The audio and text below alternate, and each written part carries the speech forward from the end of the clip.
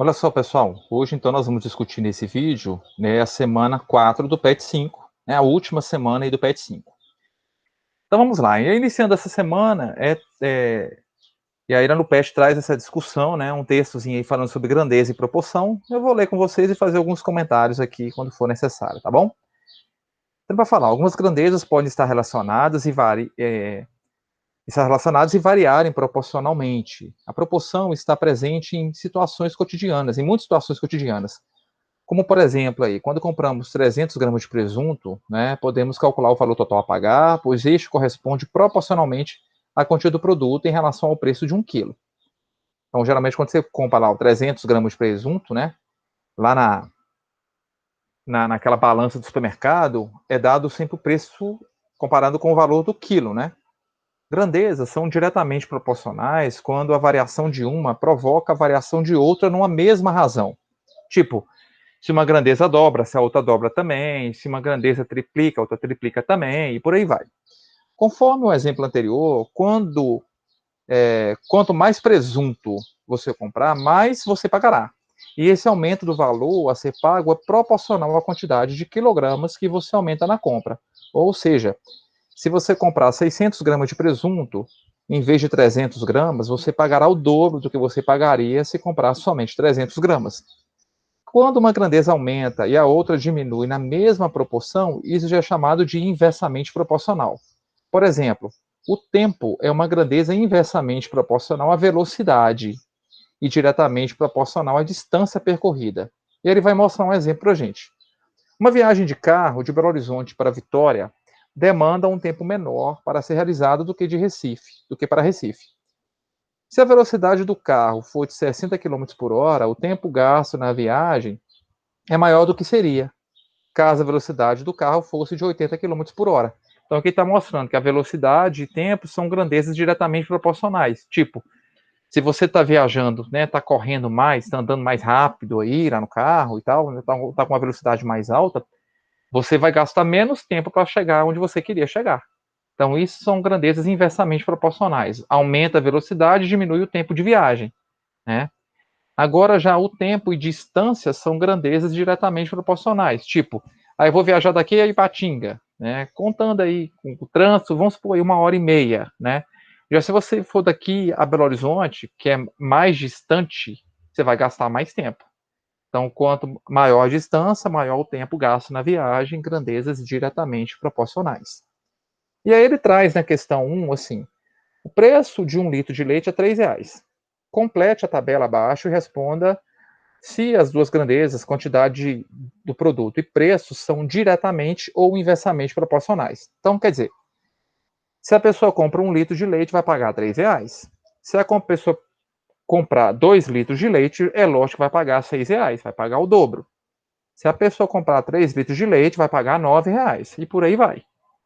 Observa que quando eu dobro a quantidade que eu compro aqui, ó, né, eu dobro o preço. Então, quando as grandezas aumentam de forma proporcional, isso é o quê? A gente comentou anteriormente, né? E aí ele vai trazer aqui uma situação exemplo, que quando as grandezas são diretamente proporcionais, a razão é constante. O que é isso? Ele traz várias razões para gente. Várias razões para gente. Se eu simplificar, razões aqui são essas frações, tá? Se eu simplificar todas essas frações, eu vou chegar no mesmo valor, 1/3. Porque, ó, 2 que divide por 2 dá 1, 6 que divide por 2 dá 3, também vai dar 1/3.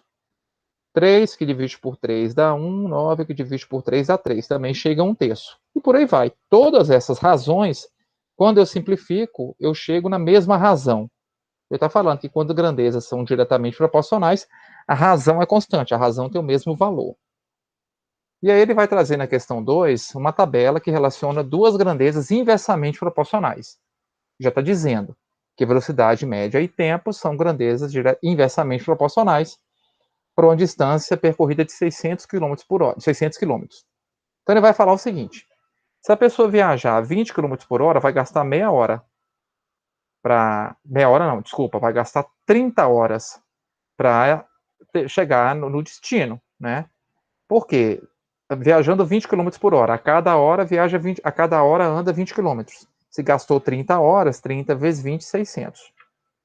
E se a pessoa andar a 30 km por hora? Como é que eu vou saber quanto tempo que vai gastar? Só pegar, né? 600 que dividido por 30. Então vai dar 20. Vai gastar 20 horas. E aí você vai preenchendo aí, tá bom? De acordo com a cinemática e a física, a fórmula da velocidade é igual à distância percorrida pelo tempo. Desculpa, cadê? A fórmula da velocidade é igual à distância percorrida aqui dividida pelo tempo gasto. Eu achei que estava faltando palavra, mas eu que não li direito. Então, a velocidade é sempre a distância dividida pelo tempo. No caso acima, o produto da velocidade pelo tempo, o produto da velocidade pelo tempo, em todas as colunas, resulta sempre no mesmo valor, 600, que corresponde à distância percorrida, que é 600 quilômetros. Na matemática, você pode calcular o tempo dividindo a distância percorrida pela velocidade. Há uma fórmula que relaciona a velocidade, a distância e o tempo gasto, permitindo expressar uma dessas grandezas em função das outras. Então, a velocidade é a distância dividido pelo tempo. Se eu multiplicar cruzado aqui, ó, porque isso aqui é uma proporção, vai ficar distância igual a velocidade vezes tempo. Então, para descobrir a distância, multipliquei a velocidade vezes tempo. A gente faz isso aqui, para verificar se as contas dão certo. E se eu quiser descobrir o tempo, isolar o tempo, passa a velocidade dividindo, o tempo é dado pela distância dividindo pela velocidade. Então, tipo, como é que a gente faz para descobrir o tempo? Eu não falei para pegar a distância percorrida e dividir pela velocidade? É isso, é a fórmula. Então, para descobrir o tempo, você pega a distância percorrida, no caso do exemplo aqui, 600 km, e divide pela velocidade. Que em cada coluna aqui é uma velocidade diferente. Agora é com você. Complete o tempo em horas na tabela acima e responda essas duas grandezas, velocidade e tempo, são diretamente ou inversamente proporcionais. Isso aqui está na cara, né? No enunciado também fala disso aqui. O que essas grandezas elas são? Diretamente ou inversamente. É só ler direito. Na questão 3 está assim, ó. Escreva a expressão algébrica que representa a situação descrita a seguir, empregando a letra P para representar o preço de 1 litro de leite. Aí tá assim, comprei 4 litros de leite, paguei com uma nota de R$20 e recebi R$4 de troco. Encontre o preço do litro de leite e responda às perguntas abaixo. Então, tipo, aí ele quer que eu escreva uma expressão algébrica que represente essa situação. O P é para eu falar que é o preço de 1 litro. Vou fazer essa expressão algébrica aqui, tá? Deixa eu só aumentar a fonte para vocês verem melhor. Então, a pessoa falou que comprou 4 litros de leite. Então, vai ser 4 vezes o preço do litro de leite, que é, pediu para chamar de P, 4P.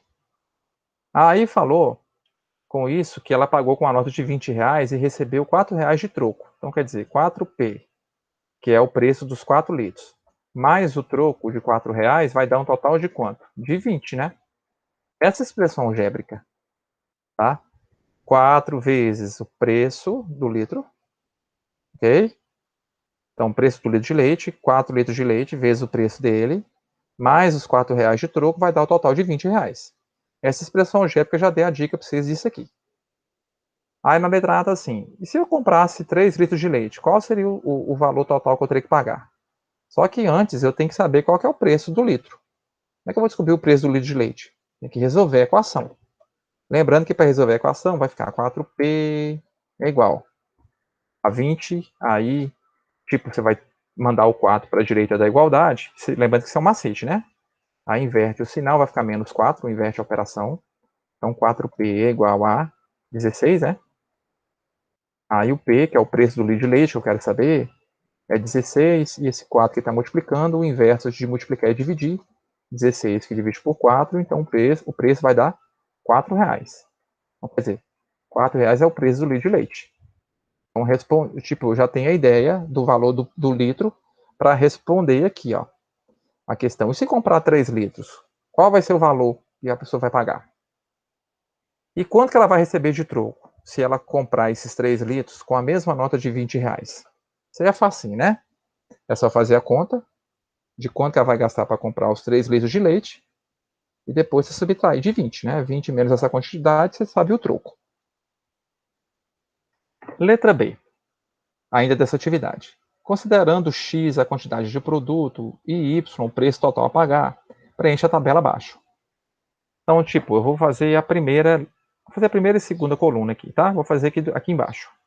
Então, tá assim, x, tá assim, y igual a 4x, e tá assim, plano cartesiano, ponto do plano cartesiano xy. Ele pediu para considerar o primeiro x como zero. Então, como é que eu vou descobrir o valor de y? Deixa eu dar só uma distânciazinha aqui. Vou pegar e vou trocar o y por... Desculpa, o y não, né? O x por zero. Então, vai ficar y igual a 4 vezes zero. Quanto que 4 vezes zero? É zero, né? Qualquer coisa vezes zero é zero. Então, como é que vai ficar o ponto do plano cartesiano? O x é zero e o y é zero. Encontrei o primeiro ponto. Agora o próximo. O x é 1. Vou fazer a conta. Y é igual a 4 vezes 1, né? 4 vezes 1 é 4. Encontrei o ponto do plano cartesiano. Quando o x é 1, o y é 4. Aí você vai preenchendo a tabela. Aqui já tem até uma dica, né? Já deu o x, os pontos. É só descobrir o y. Na próxima questão, ele vai pedir para eu marcar esses pontos. Cada ponto desse que eu localizei aqui, eu vou ter que marcar no plano cartesiano, tá? E depois eu pedi para eu unir os pontos. Tipo, você vai construir uma reta ou um segmento de reta. E depois é para eu responder. As duas grandezas, quantidade do produto e preço total a pagar, são diretamente ou inversamente proporcionais? Ele quer saber, tipo assim, quanto mais produto eu comprar, tipo, vai estar aumentando o preço ou vai estar diminuindo? A gente já viu que quando as duas grandezas aumentam de forma proporcional, tipo, você dobrou uma, vai dobrar outra, você triplicou uma, vai triplicar outra, isso é ser diretamente proporcional. Já quando uma grandeza aumenta, a outra diminui, também de forma proporcional, né, inversamente proporcional, que a gente fala, aí as grandezas são chamadas de grandezas inversamente proporcionais. Em resumo, seria tipo assim, é lógico que tem que ter ideia de proporcionalidade, mas se uma grandeza aumenta, se a outra aumenta, é diretamente. Se uma grandeza aumenta, se a outra diminui, é inversamente. Aí aqui, é tipo uma questão do PET que a gente já fez lá, acho que foi PET 2, se não me engano, que você tinha que localizar e pedir para você construir gráfico de função. É aquela mesma coisa. Você vai colocar os pontos e traçar um segmento de reta construindo o gráfico. E responder a pergunta, se essas grandezas são diretamente ou inversamente proporcionais. Na questão 4, está assim. Um veículo viajando a uma velocidade constante de 120 km por hora gasta 3 horas em determinado percurso. Considerando a velocidade de deslocamento que seja constante, quer dizer, ele sempre está andando a 120 por hora, qual seria a sua velocidade se o tempo gasto nesse percurso fosse de 6 horas? Para eu responder essa pergunta, primeiro eu tenho que saber qual foi a distância, eu tenho que fazer aqui embaixo. Ou melhor, eu vou fazer uma caixinha de texto aqui, só para não ter que descer lá embaixo. Deixa eu desenhar uma caixinha de texto aqui, que é tipo para eu responder. A primeira coisa que você vai ter que fazer é descobrir qual foi a distância que ele percorreu. Para descobrir a distância que ele percorreu, a gente já viu que eu tenho que pegar a velocidade e multiplicar pelo tempo. Tá, então vai ficar a velocidade 120, o tempo 3, então quer dizer, ele andou 360 quilômetros. Essa é a distância que ele percorreu. É isso? E aí ele vai perguntar assim, e se ele tivesse viajado com essa mesma velocidade, de 120 km por hora, só que ele gastasse, melhor, ele não falou isso não, ele falou o seguinte, ele quer saber qual é a velocidade, não é mais 120 km por hora, ele vai andar os 360 km, é o percurso que ele vai percorrer, é os 360 km. Só que em vez de ele gastar 3 horas na viagem, ele vai gastar 6 horas. Tipo, ele gastou o dobro do tempo. Então é lógico que ele vai diminuir a velocidade, né? Aí para você saber isso, você pode pegar a distância e dividir pelo tempo, você tem a velocidade. E aí ele quer saber se essas grandezas, velocidade e tempo, são diretamente ou inversamente proporcionais. Você meio que já respondeu isso anteriormente aí, só ficar ligado, tá bom? A questão 5 fala assim, analise o gráfico e responda ao que se pede. Deixa eu diminuir um pouquinho o zoom. Então ele traz um gráfico aqui, tipo, do leite e do sorvete. Tipo, o gráfico começou no zero. Se eu não vou fazer nada de sorvete, eu não vou gastar nada de leite. Mas, olha aqui, ó, se eu quero fazer esse ponto aqui no plano cartesiano, está falando tipo assim, se eu quero fazer 1 quilo de sorvete, eu tenho que gastar 2 litros de leite. Esse ponto aqui está falando o seguinte, ó, se eu quero fazer 2 kg de sorvete, eu vou gastar 4 litros de leite. Se eu quero fazer 3 kg de sorvete, eu vou gastar 6 litros de leite. E por aí vai. Aí ele vai perguntar, para cada 2 kg de sorvete, quantos de leite, quantos litros eu vou precisar? Só olhar aqui, né? Para 2 kg de sorvete, eu preciso de 4 litros. Fácil. É só você analisar. Com 8 litros de leite, quantos quilogramas de sorvete eu faço, né? Então, ó, com 8 litros de leite. Esse pontozinho aqui é o ponto que está utilizando esse 8 litros de leite. Quantos quilos de sorvete ele fez? Ó, 4 quilos. Então, só você analisando o gráfico para responder essa questão, tá bom? Questão 6. Leia com atenção a receita a seguir e responda as questões abaixo. Receita de bolo da Lili. Esse bolo dá para 5 pessoas, então está aqui a receita. Ó. 2 copos de 200 ml de farinha de trigo, 1 copo de 200 ml de açúcar, 2 colheres de sopa de margarina, 3 ovos, 1 copo de 200 ml de leite, 1 colher de sopa de fermento em pó. Bater as claras em neve, depois misturar a gema do ovo e açúcar, acrescentar a farinha de trigo, batendo novamente, mornar o leite com a manteiga, misturar até formar uma massa homogênea. Em seguida, acrescente o fermento e misture devagar. Despeje a massa em uma forma untada de 20 centímetros de diâmetro e deixe assar por 35 minutos a 180 graus. Aí a dica para ficar gostoso o bolo é acrescentar umas raspinhas de limão. Aí ele vai perguntar: para se fazer 2 bolos, então isso aqui é a receita para fazer um bolo. Você quer fazer 2, utilizando a mesma receita. Quantos copos de farinha de trigo eu vou precisar? Se essa receita, se para um bolo eu gastei 2 copos de farinha de trigo, para fazer 2 bolos eu vou gastar 4 copos, né? Óbvio isso. E aí ele vai fazer algumas outras perguntas relacionadas com a receita, tá bom? Para você verificar essa questão da proporcionalidade. Então não tem mistério não. E aí, para fechar esse PET, a semana 4 do PET 5, ele pede para vocês lerem e refletir um pouquinho. Ele vai falar diâmetro. Qual que é o diâmetro da forma de bolo? Compare essa medida com a forma de bolo se você tiver em casa. As medidas são iguais ou tem diferença? Ele vai falar aqui, vamos ver? Ele não vai falar aqui nada a respeito, né? Oh, ele não fala nada a respeito da forma de bolo. Acredito eu que ele deve ter esquecido, talvez na hora de digitar essa informação e tal.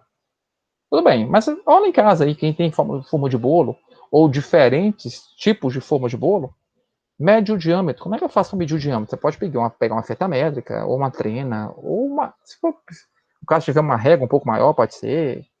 E você vai ter que medir de uma ponta a outra da forma, sempre passando pelo centro. Tipo, você vai ter que olhar mais ou menos aí onde é que é o centro da forma e medir de um lado a outro, de uma ponta a outra, passando pelo centro. O ideal é você pegar a forma de bolo, que é aquela forma circular, tá bom? Aí ele vai falar 200 ml, verifique se você tem um copo de 200 ml em sua casa e compare com a medida usada para medir a quantidade de leite da receita do bolo. Geralmente esse copo de 200 ml é o copo grande que a gente tem em casa. Pegue uma caixa de leite, uma caixa de 1 litro de leite vazia. Quer dizer, pega um litro de leite que já usou, antes de você jogar fora, faz esse experimento aí.